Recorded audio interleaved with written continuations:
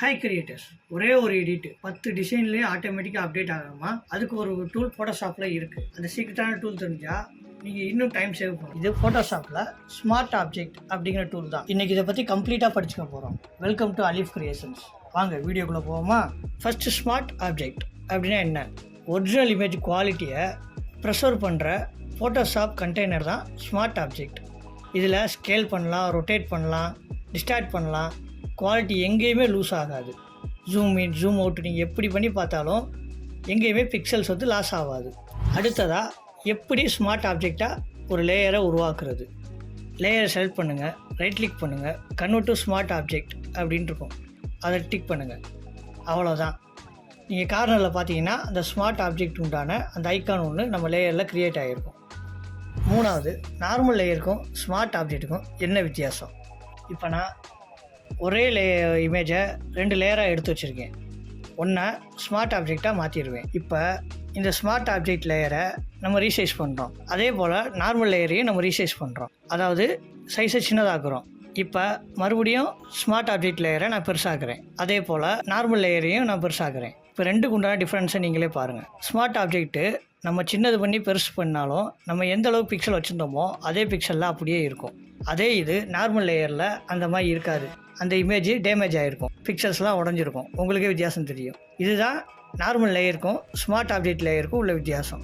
அடுத்ததாக smart filters. இப்போ நம்ம ஸ்மார்ட் ஆப்ஜெக்ட் ஆக்குன லேயரில் நம்ம ஏதாவது கலர் கரெக்ஷன்ஸ் பண்ணணும் அப்படின்னாலும் நம்ம பண்ணிக்கிடலாம். அது நார்மல் லேயர்லேயே பண்ணலாமே நீங்களும் கேட்கலாம். ஆனால் நார்மல் லேயரில் பண்ணுறதில்ல. அதில் நம்ம மறுபடியும் அதில் எடிட் பண்ண முடியாது. ஒரு தடவை கலர் கரெக்ஷன் பண்ணிட்டோம்னா அந்த கலர் கரெக்ஷன் பர்மனெண்ட்டாக உட்காந்துரும். ஆனால் அதுவே நம்ம ஸ்மார்ட் லேயரில் நம்ம பண்ணுறப்ப நீங்கள் ஒவ்வொரு முறை எந்த ஒரு கலர் கரெக்ஷன் பண்ணாலும் சரி, இல்லை ப்ளர் பண்ணாலும் சரி, எது பண்ணாலும் அது ஒரு ஸ்மார்ட் ஃபில்டர் அப்படிங்கிற பேரில் உட்காந்து அதில் நம்ம மறுபடியும் அட்ஜஸ்ட்மெண்ட் பண்ணிக்கிடலாம்.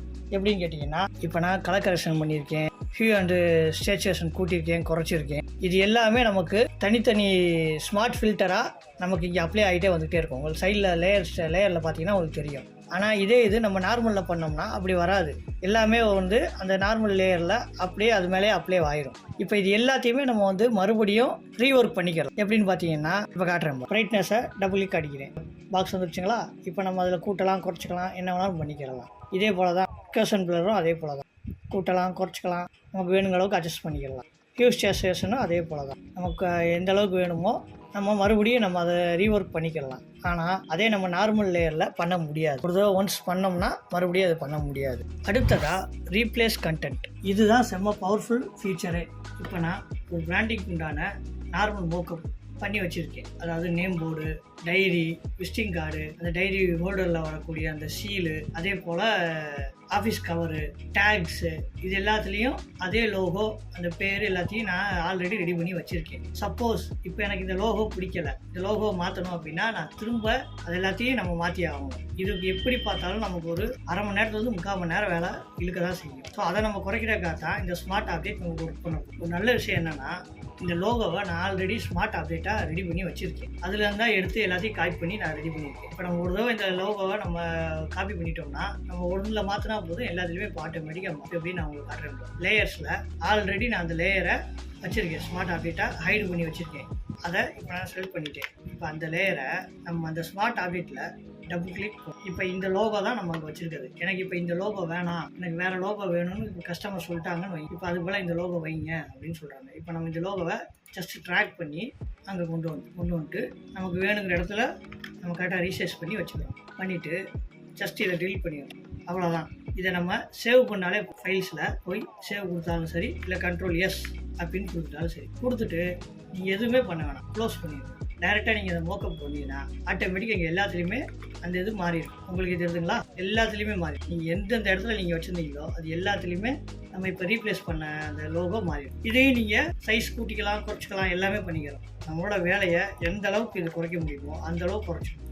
நீங்கள் அட்டன் டயத்தில் ஒரு கிளிக்கில் நீங்கள் எல்லாமே முடிச்சிடலாம். அடுத்ததாக நம்ம பார்க்க போகிறது எம்பர்ட் விசஸ் லிங்க்டு ஸ்மார்ட் ஆப்ஜெக்ட். இது எதுக்குன்னு கேட்டிங்கன்னா, எம்பர்டு ஸ்மார்ட் ஆப்ஜெக்ட் அப்படிங்கிறது நம்ம இப்போ ஏற்கனவே நம்ம பார்த்தோம் பார்த்தீங்கன்னா, ஒரே ஃபைலில் நம்ம பலவிதமான மோக்கப்ஸ் பண்ணி வச்சுருந்தோம். அது எல்லாத்தையும் டயத்தில் ஒரே சமயத்தில் நம்ம கரெக்ஷன் பண்ணுறப்ப எல்லாத்துலேயுமே மாறிடுச்சு. இது வந்து அந்த ஒரே ஃபைலில் இருக்கக்கூடிய கண்டென்ட்டுக்கு மட்டும்தான் அது செட் ஆகும். இதைத்தான் வந்து நம்ம எம்பர்டு ஸ்மார்ட் ஆப்ஜெக்ட் அப்படின்னு சொல்லி சொல்லுவோம். அதே லிங்க்டு ஸ்மார்ட் ஆப்ஜெக்ட் அப்படின்னா, நம்ம பலவித ஃப்ளெக்ஸ் பண்ணி வச்சுருப்போம், 2-3 ஃபைல்ஸ் பண்ணி வச்சுருப்போம். அந்த மாதிரி இருக்க ஃபைல்ஸை நம்ம எல்லாத்துலேயும் டயத்தில் மாற்ற முடியாது இல்லையா? 10 ஃபைல்னால் 10 ஃபைல்லையும் மாற்ற முடியாது. ஸோ அதுக்கு தான் நம்ம என்ன பண்ண போகிறோம்னா, லிங்க்டு ஸ்மார்ட் ஆப்ஜெக்ட் அப்படிங்கிற ஆப்ஷனை நம்ம ஃபாலோ பண்ணோம். அது எப்படின்னு சொல்லித்தரேன் பாருங்கள். இப்போ நம்ம ஒரு ஃப்ளெக்ஸ் க்ரியேட் பண்ண போகிறோம். ஃபஸ்ட்டு ஃபைலில் பிளேஸ் லிங்க்டு அப்படின்னு இருக்குங்களா, அது கிளிக் பண்ணோம்னா இந்த மாதிரி நம்ம போகிறோம். அதில் நமக்கு எந்த இமேஜ் வேணுமோ அந்த இமேஜை செலக்ட் பண்ணுறோம். இப்போ இந்த நாகராஜ் ஒன் அப்படிங்கிற இமேஜை செலக்ட் பண்ணி அதை ப்ளேஸ் பண்ணுறேன். நமக்கு ப்ளேஸ் ஆகிடுச்சு. இப்போ இதை நம்ம என்ன பண்ணுறோம்னா, ஃப்ளெக்ஸ் ஒன்று ரெடி பண்ணியிருக்கோம். இந்த மாதிரி ரெடி பண்ணியிருக்கோம். இதை வேறு ஒரு டிசைனில் கேட்குறாங்க. ஸோ டூப்ளிகேட் எடுத்துகிட்டு இதில் வாசகத்தை மட்டும் கொஞ்சம் மாற்றிட்டு இந்த மாதிரி கலர் மாற்றி ஒன்று ரெடி பண்ணி வச்சுருக்கோம். 2 பேருமே நம்ம கஸ்டமருக்கு அனுப்புகிறோம்.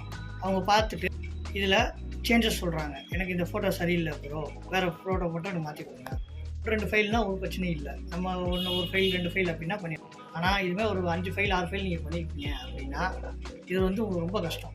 ஸோ நீங்கள் என்ன பண்ணுவீங்கன்னா, இந்த இடத்துல தான் நமக்கு அது அந்த லிங்க் ஸ்மார்ட் ஆப்ஜெக்ட் நமக்கு ஒர்க் பண்ண போகும். எப்படின்னு பார்த்தீங்கன்னா, இப்போ நான் உங்களுக்கு வித்தியாசம் தெரியணுங்கிறதுக்காக பக்கத்துலேயே நான் வச்சுருக்கேன். இந்த இமேஜை அந்த லிங்க் இருக்கு பார்த்தீங்களா, நம்ம டபுள் கிளிக் அப்போ இந்த இமேஜ் இங்கே வந்து. ஸோ நம்ம இப்போ இங்கே என்ன பண்ண போகிறோம்னா, நம்மளோட அந்த இன்னொரு இமேஜ் இருக்கு பாருங்க, அவங்க எந்த இமேஜ் கேட்டாங்களோ இந்த இமேஜ் தான் ஓகே பண்ணியிருக்காங்க. அந்த இமேஜ் நம்ம இங்கே ஓப்பன் பண்ணி இந்த இமேஜ் நம்ம இங்கே ட்ராப் பண்ணி இங்கே வச்சுட்டு ரீசைஸ் பண்ணி இப்போ இந்த இமேஜை டெலிட் பண்ணிடுவோம். இதே மாதிரி தான் நம்ம எம்பர்ட் ஸ்மார்ட் ஆப்ஜெக்ட்டுக்கும் நம்ம பண்ணோம். அதில் ஒரே ஃபைலில் அத்தனை இதுக்கும் பண்ணோம். இது வந்து வேறு ஃபைல் ஓகே பண்ணிவிட்டு கண்ட்ரோல்-S இப்போ பார்த்தீங்களா, கண்ட்ரோல்-S கொடுத்த உடனே கீழே இங்கே மாறி இப்போ பாருங்கள், இந்த ஃப்ளெக்ஸ்லேயும் அது மாறிடுச்சு, உங்களுக்கு அந்த ஃப்ளெக்ஸ்லேயும் மாறிடுச்சு.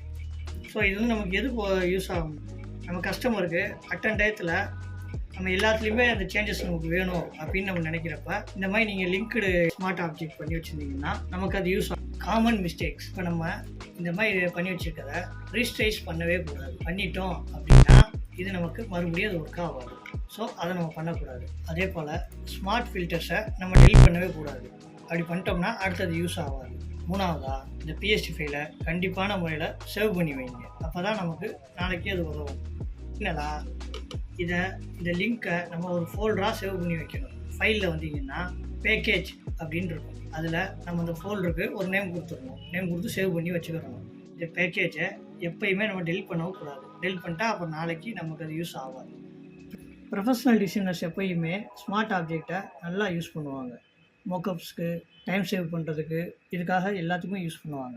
ஸோ ஃப்ரெண்ட்ஸ், இந்த ஆப்ஷனை நீங்கள் தெரிஞ்சுக்கிட்டீங்களா? இனிமேல் நீங்களும் ப்ரொஃபஷ்னலாக ஒர்க் பண்ணலாம். வீடியோ யூஸ்ஃபுல்லாக இருந்துச்சுன்னா லைக் பண்ணுங்கள், ஷேர் பண்ணுங்கள். இதில் எந்த செக்ஷன் உங்களுக்கு ரொம்ப பிடிச்சிருந்துச்சின்னு கீழே கமெண்ட் பண்ணுங்கள். Stay tune. தேங்க்யூ.